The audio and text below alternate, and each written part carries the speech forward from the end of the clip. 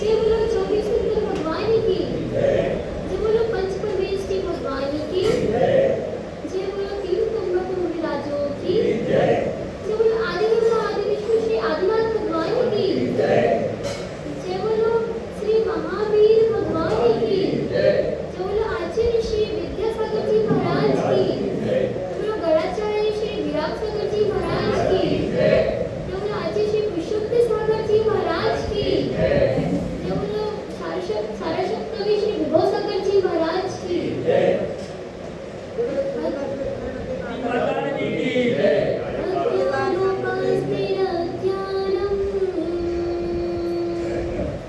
ज्ञानं ज्ञानीशमाश्रया ददाति यत्तु यस्सस्ति सुप्रसिद्धिमिदं वचामि सुप्रसिद्धिमिदं वचामि इतनी शक्ति हमें देना प्रतिगम वणिक विश्वासिकं छोरिगुणा पंचवेदिरस्ते विभुंसे फूल कर दे कोई फूल होना इतनी शक्ति हमें देना वणिक विश्वासिकं छोरिगुणा। चलो तो आज हम धर्म की चर्चा कर रहे थे। हमारा टॉपिक अभी धर्म का चलेगा। अज्ञानोपास्तिरज्ञानम, अज्ञान की उपासना चालू हो गया। अज्ञान की उपासना अज्ञानम, अज्ञान ददाती देती है। अज्ञानोपास्ति मतलब अज्ञान की उपासना अज्ञानम, अज्ञान ददाती देती है। ज्ञानी समाश्रया, और ज्ञानियों की उपासना ज्ञानम, ज्ञान इदम बचा, यह बात तो सुप्रसिद्धम अच्छी तरह से प्रसिद्ध है। यस्तु जिसके पास, यस्तु यत्तु अस्ति जो होता है उसे वह सेवा दाती देता है। कहने का तात्पर्य है कि अज्ञान की उपासना से अज्ञान और ज्ञान की उपासना से ज्ञान मिलता है।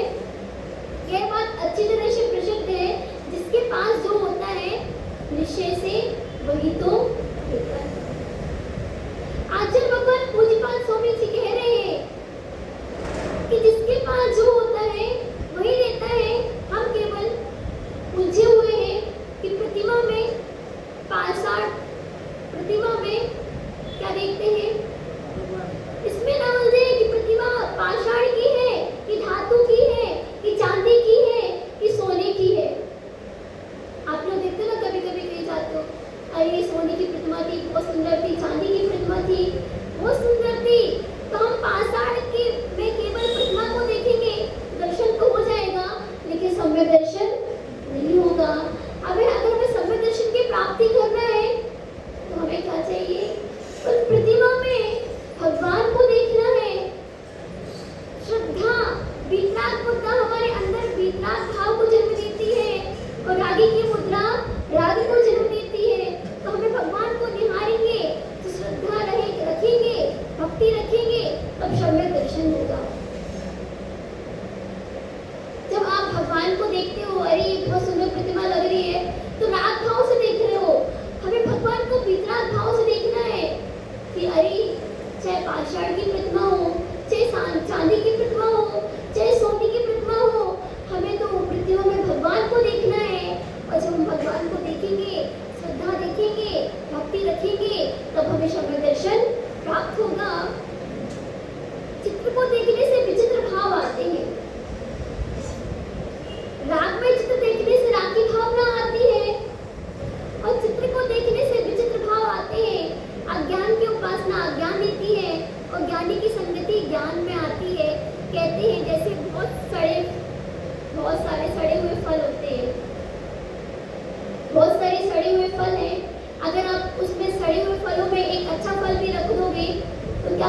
वो अच्छा फल भी सड़ जाएगा। वैसे ही आप दुर्जनों की संगत में आप सज्जन व्यक्ति एक समाज हो जाता है तो वो भी दुर्जन हो जाता है। जैसे आपके बच्चे स्कूल जाते हैं, अपने बच्चों को सबसे पहले ये सिखाना चाहिए कि अपने टिफिन शेयर नहीं करना चाहिए। तो क्या होता है, बच्चे दोस्तों की संगति के चक्कर में कि हमारे दोस्त टूट जाएगी और वो दोस्त कौन सी जाति के हैं, कौन से कुल के हैं और टिफिन शेयर करते हैं, तो क्या होता है, अज्ञानी की संगत हो जाती है, अभक्ष का संगत हो जाता है। तो वैसे ही हमारे बच्चों के संस्कार भी हो जाते हैं। तो कहने का तात्पर्य ये है, जो जिसके पास होता है वो वही लेता है। जिसके पास धन होता है उसे क्या कहते हैं, धनवान कहते हैं। और जिसके पास विनय होती है उसको विनयवान कहते हैं। और जिसके पास ज्ञान होता है उसको ज्ञानवान कहते हैं। जिसके पास गाली होती है उसको गालीवान कहते हैं। क्यों? जिसके पास गाली होती है उसको गालीवान कहते हैं। माना कि आपके पास 100 रुपए है, आपने 1 रुपए किसी को दिए तो आपके पास कितने बचे? 99 रुपए बचे। बचे कि नहीं बचे? तो जिसने तुम्हें एक गाली दी तो आप ये सोच लेना कि उसके पास 99 होगी, आपको एक गाली दे दी, उसके पास कितनी बची? 99 बची। तो जिसके पास जो होता है वही आपको देगा। अगर जिस व्यक्ति के पास गाली होगी तो गाली देगा और ज्ञान होगा तो ज्ञान देगा। भगवान के पास क्या है? अनंत दर्शन, अनंत वीर, अनंत सुख। तो हमारे भगवान के पास जो है वही देगा। फिर भगवान के पास तो एक धागा भी नहीं है और आप सुख, समृद्धि, ऐश्वर्य की चीजें मांगने लगते हो, विषय भोग की चीज मांगते हो। आप लोग नहीं बता रहे हो कि लोग अक्सर भगवान से बोलते, भगवान हमारा मकान अच्छा बन जाए, हमारे पास गाड़ी हो जाए, हमारे पास बंगला हो जाए। अरे भगवान के पास एक रंग धागा भी नहीं है, वो आपको कैसे देगा? भगवान के पास जो है वो ही देगा। तो हम कहते हैं भगवान के पास निस्वार्थ भाव से भगवान की भक्ति करो, निस्वार्थ भाव से भगवान के पास आओ। आप लोग कहते हो कि आंखें जो हमारी होती है ना, आंखें को अगर स्वस्थ रखना हो तो कैसे रखा जाए आंखों को स्वस्थ? घास को देखने से आंखें स्वस्थ हो सकती हैं, लेकिन कुछ लोग कहते हैं घास पर चलने से आंखें स्वस्थ होंगी। तो ये बात मिथ्या है कि हम घासों पर चल रहे हैं, कितने जीवों का घात कर रहे हैं। और डॉक्टर ने, कोई किसी से पूछे कि घास पे तुम क्यों चल रहे हो? डॉक्टर ने कहा है कि घास पे चलने से हमारी आंखें ठीक होंगी। भैया इतने सारे जब जीवों को आप, एक घास में कितने सारे जीव होते हैं, आप तो इतने सारे घास में जब आप चल रहे हो कितने सारे जीवों का घात होगा। तो आप ऐसे डॉक्टरों की ऐसी बात ना माने जिससे जीवों का घात हो। ऐसा स्वस्थ कोई काम का नहीं है कि जीवों का घात करके हम अपने आप को स्वस्थ रखें।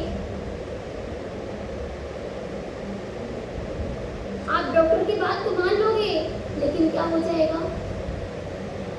आप पुण्य का बंध बन जाएगा, दुर्गति का बंध बनेगा, दुर्गति के पात्र हो जाओ।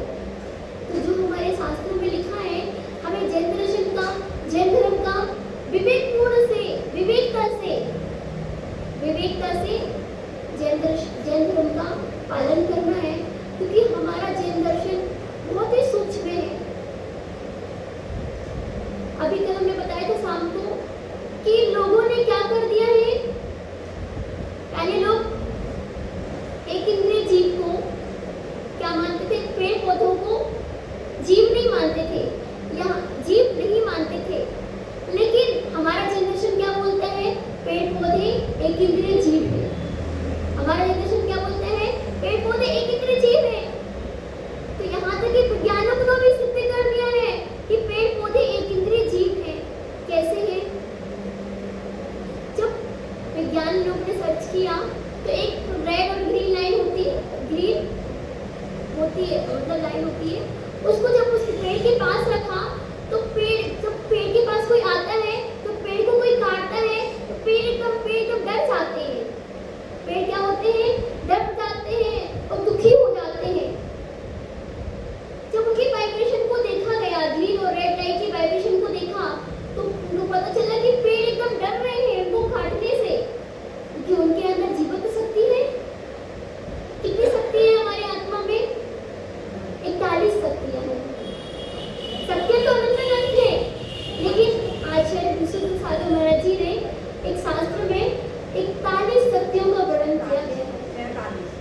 47 शक्तियाँ, उसमें से एक शक्ति कौन सी है? हाँ, कोई चीज़ नहीं होती तो आप बता सकते हो, कोई बात नहीं है, क्योंकि वो अपनी क्लियर हो जाएगी बात।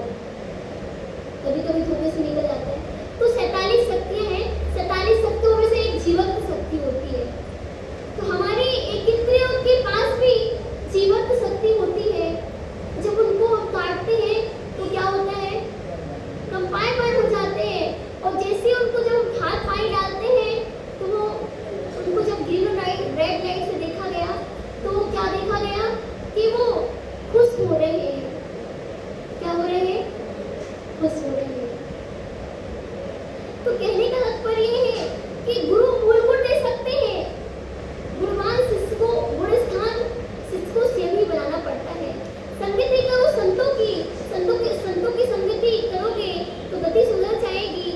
साधु ज्ञानवान होते हैं, ज्ञानवान बनाते हैं, ध्यानवान बनाते हैं और भगवान बनाते हैं। और ज्ञान की उपासना अज्ञान बनाती है और ज्ञानों की उपासना ज्ञानवान बनाती है।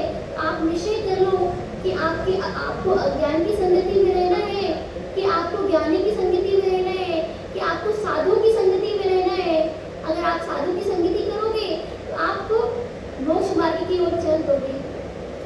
जब हमारी माता जी हमें सबसे पहले मिली थी तो उन्होंने क्या कहा कि आप तुम एक काम करो, मेरी संगति कर लो। हमने बोला क्यों? तो बोली अगर मेरी संगति करोगे तो हम तुम्हें मोक्ष मार्ग की ओर ले जाएंगे। हमने बोला ठीक है। तो उन्होंने कहा तुम्हारे जितने भी मित्र दोस्त हैं सब छोड़ दो, सब तुम मेरी संगति कर लो। हमने बोला ठीक है। हमने उसी दिन सभी को छोड़ दिया, सभी से दोस्ती छोड़ दी। हमने सिर्फ किनसे कर ली दोस्ती? अपनी गुरु माँ से दोस्ती कर ली। तो गुरु माँ ने मतलब उन्होंने अपना वादा निभाया और मोक्ष मार्ग में लगा दिया। वैसे ही आप लोग भी साधु की संगति करोगे तो आपको मोक्ष मार्ग में धर्म की मार्ग में लगा देंगे। ये बात सत्य है। अगर आपको पूछना हो तो आप पूछ भी सकते हो। बस अगर की संग में एक ओम श्री माता जी है ना, उन्हीं की प्रेरणा से निकले थे इस मार्ग में। तो उन्होंने मोक्ष मार्ग में लगा दिया। तो आप भी अपने फ्रेंड दोस्त यारों की संगति ना करके, हमारा कहने का तात्पर्य है कि आप भी इसकी संगति में लग जाओ, साधु की संगति में लग जाओ, जिनवाणी की संगति में लग जाओ, तो आपका कल्याण हो जाएगा। कहते हैं कि रानी को एक बार क्या हुआ, जो दशरथ है ना, दशरथ की जो पत्नी थी उनका नाम क्या था? कौशल्या। हाँ, कौशल्या, कैकेयी और सुमित्रा। तो कौशल्या को एक बार गंधर्व नहीं मिला। हाँ क्या? कैकेयी को गंधर्व नहीं मिला था। हाँ, कैकेयी को गंधर्व नहीं मिला, सुना है आपने ये? हाँ, कैकेयी को गंधर्व नहीं मिला तो कैकेयी ने क्या किया? जहर खाने की तैयारी कर ली, कोप के कारण कि अरे मुझे गंधर्व नहीं मिला, सबको गंधर्व मिल गया। तो जब दशरथ जी को पता चला कि जो कैकेयी है बहुत ही खूब अवस्था में है, क्या हुआ पता लगाया जाए। जब पता लगाने गई तो क्या हुआ? उसने कहा कि मुझे गंधर्व नहीं मिला। तो वो वृद्ध को बुलाया गया जो गंधर्व देता है, उस वृद्ध को बुलाया गया। वृद्ध ने कहा कि देखो मेरी जो अवस्था है वो वृद्ध हो चुकी है और मुझे गंधर्व देने के लिए ऊपर चढ़ के जाना पड़ेगा। और अगर मैं ऊपर तक जाऊंगा तो वैसे तो मेरी अवस्था वृद्ध भी हो चुकी है और कहीं मेरी अगर गंधर्व नीचे गिर गया और कहीं मैं देख नहीं पाया तो क्या होगा? गंधर्व का अपमान होगा। इसलिए अज्ञान की फिर उसको मालूम पड़ा कि मेरी अज्ञानता थी, मैंने अज्ञान के वशीभूत होकर इतना बड़ा निर्णय ले लिया था। तो हमारा कहने का तात्पर्य है कि आपको कोई भी चीज का निर्णय अज्ञानता में नहीं लेना है, उसमें एकांतवादी से हमें निर्णय नहीं लेना है, उसमें अनेकांतवाद लगाना है। हो सकता है किसी व्यक्ति की मजबूरी हो सकता है कोई दुखी हो। अपन कोई भी चीज का निर्णय लेते हैं तो एकांत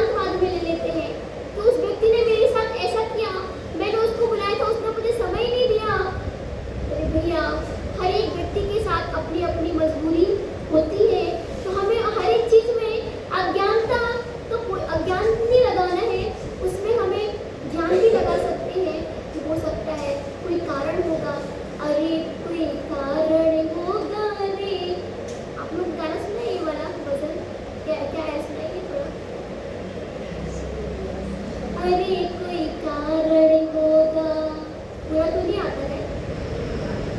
कहने का तात्पर्य है कि मैं एकांत में बैठा हूँ, ना कुछ लेने वाला हूँ ना कुछ देने वाला हूँ। आप एकांत में बैठे हो और आपको पता है मैं एकांत में बैठा हूँ, ना कुछ ले रहा हूँ ना कुछ दे रहा हूँ, तो आप क्या ले रहे हो, क्या क्या अपने आप को दे रहे हो, क्या दे रहे हो एकांत में बैठ के अपने आप को। देखो एकांत में बैठे हो उस टाइम ना आप किसी वस्तु का आदान प्रदान कर रहे हो, तो फिर क्या दे रहे हो आप अपने आप को।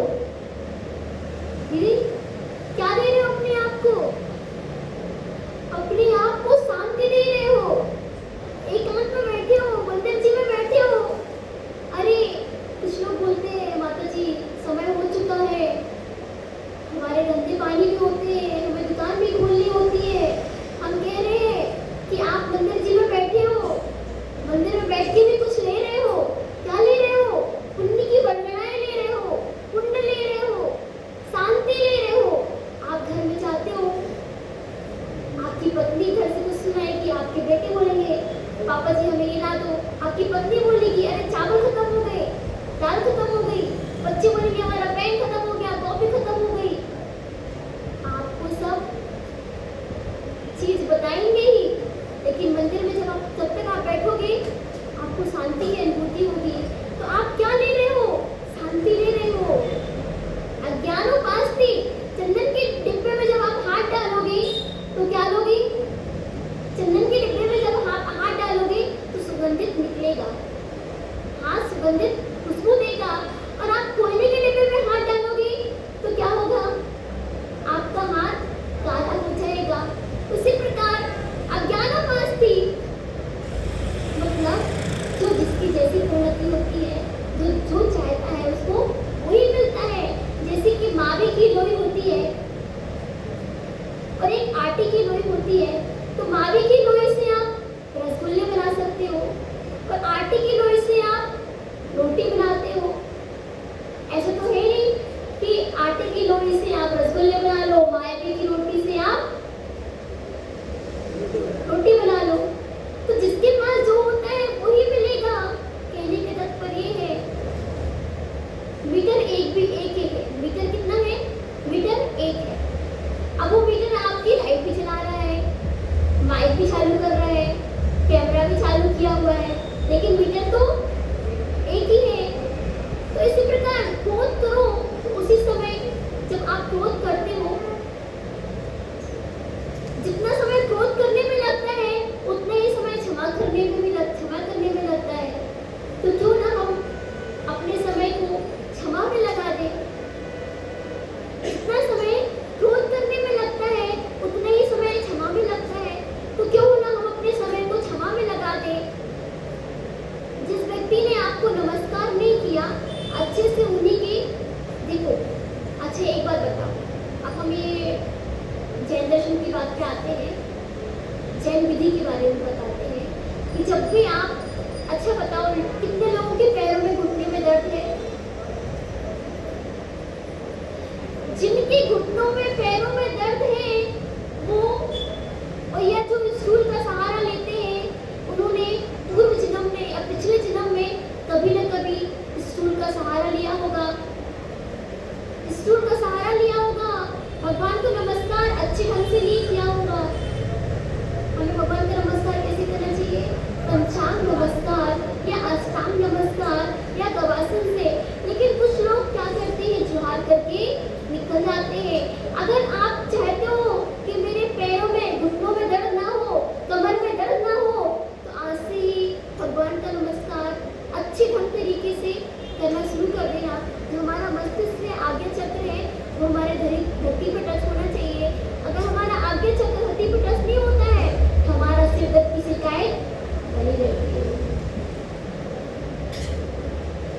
आप परिक्रमा लगाते हो, परिक्रमा लगाते समय क्या होता है, परिक्रमा लगाते समय 3 परिक्रमा ही लगाना चाहिए। 3 से अगर कम परिक्रमा लगाए तो क्या होगा, जैसे अपन पूरी चुनाते हैं ना कढ़ाई में, तो वो आधी कच्ची होती है और आधी पकी होती है। तो व्यक्ति की समझता में रहता है भक्ति के अवस्था को वर्णन नहीं कर सकते, उसी प्रकार हमारे दर्शन, हमारी परिक्रमा आधी अधूरी है अगर हमने एक परिक्रमा, कम से कम मुझे 3 परिक्रमा लगा। अब 3 परिक्रमा कौन कौन से होते हैं? पहला जो परिक्रमा होता है वो किसका होता है? हाँ, जो हमारा पहला परिक्रमा होता है जन्म जन्म मृत्यु के विनाश के लिए होता है, मोक्ष के लिए होता है। तो दूसरा परिक्रमा होता है वो किसके लिए होता है? दूसरा परिक्रमा में किसके लिए होता है? द्रव्य कर्म, भाव कर्म, नो कर्मों के नाश के लिए होता है। ये छोटी छोटी बातें हम आपको इसलिए बता रहे हैं कि बहुत जरूरी है ना। जो हमारा दूसरा परिक्रमा होता है, माता जी को अच्छी नहीं लग रही है, बोले क्या बता रही हूँ माता जी। एक दिन माता जी से कल प्रवचन सुनेंगे, कल आप प्रवचन होंगे सुनोगे, है ना। तो देखो, पहला कर्म होता है द्रव्य कर्म, दूसरा भाव कर्म और तीसरा नो कर्म होता है ना। तो ये कर्मों के नाश के लिए दूसरा परिक्रमा लगाते हैं। अब तीसरा परिक्रमा किसके लिए लगाएंगे? तीसरा परिक्रमा रत्नत्रय की प्राप्ति के लिए लगाएंगे। किसके लिए लगाएंगे? रत्नत्रय की प्राप्ति के लिए। रत्नत्रय क्या है? सम्यक दर्शन, सम्यक ज्ञान और सम्यक चारित्र की प्राप्ति के लिए लगाएंगे। इस प्रकार आप लोग क्या करते हो जब परिक्रमा लगाते हो? हमेशा परिक्रमा जब लगाते हो तो पीछे दर्शन नहीं करना चाहिए। पीछे से अगर आपने दर्शन कर लिए तो पहली बात तो देव शास्त्र गुरु के दर्शन पीछे से नहीं करना चाहिए। अगर आपने पीछे से दर्शन कर लिए सारी नेगेटिव एनर्जी आपके पास आ जाएगी और आप करने तो आए दर्शन और क्या लेके चले गए? Negative energy. और फिर कहोगे हमारा सिर दर्द दे रहा है। तो अब बात आई, एक बात तो बता दी हो, और परिक्रमा करते समय एक बात को ध्यान रखना चाहिए, कभी भी पॉकेट में हाथ नहीं लगाना चाहिए, इधर उधर हाथ नहीं लगाना चाहिए। हमेशा परिक्रमा करते समय हाथ जुड़े हुए ही रहना चाहिए। और अब कायोत्सव की बात आती है, हमें कायोत्सव कैसे करना चाहिए, कौन सी उंगली से करना चाहिए? जो हमारी जो मध्यमा, जो हमारी जो कनिष्ठ उंगली होती है ना, वो दो से युक्त होती है। अब जब भी आप कनिष्ठ उंगली से जब भी मंजन करते हो तो आपको पाइले जैसे रोग हो सकते हैं। तो हमें एक तो कनिष्ठ का उपयोग नहीं करना है कायोत्सव में। तो हमें कौन सी उंगली का प्रयोग करना चाहिए कायोत्सव में? मध्यमा उंगली का उपयोग करना चाहिए। क्यों करना चाहिए? सबसे पहले बात तो ये बताओ, हमें 9 बार ही नमोकार मंत्र क्यों पढ़ना चाहिए? क्योंकि 9 बार नमोकार मंत्र पढ़ने से क्या होता है? 9 बार नमोकार मंत्र पढ़ने से जो 0 से लेके जो 9 तक की गिनती होती है वो क्या होती है? अखंड होती है। इसलिए हमें अखंडता की प्राप्ति के लिए, जन्म जन्म मृत्यु के विनाश के लिए हमें 9 बार नमोकार मंत्र पढ़ना चाहिए। और बीच वाली उंगली से क्यों पढ़ना चाहिए? एक्यूप्रेशर के अनुसार से, मतलब अगर हम बीच वाली उंगली से अगर करते हैं तो हमारे लिए मतलब एक्यूप्रेशर का भी काम करता है। तो दूसरी बात, धर्म की बात करें, जैन सिद्धांत की बात करें, तो जो हमारी जो लेशाएं होती है ना, 6 लेशाएं, वे पंचम काल में तो 4 ही लेशाएं हैं, बाकी 6 लेशाएं कौन कौन सी होती है? कृष्ण, नील, कापुर, पीत, पद्म, शुक्र। और अभी पंचम काल में कितनी लेशाएं हैं? कृष्ण, नील, कापुर, है ना।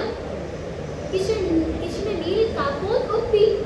अब देखो, कृष्ण लेशा तो हमें करनी नहीं है, नील लेशा भी हमें करनी नहीं है ना। अब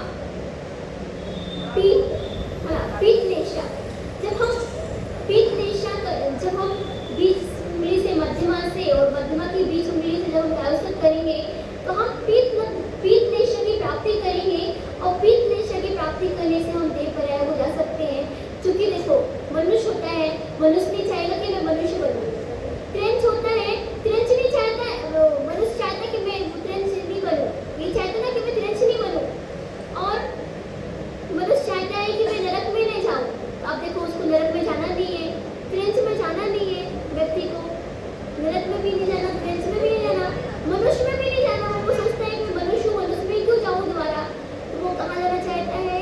देव पर्याय में जाना। और देव में भी उत्कृष्ट पर्याय होती है सर्वासिद्धि,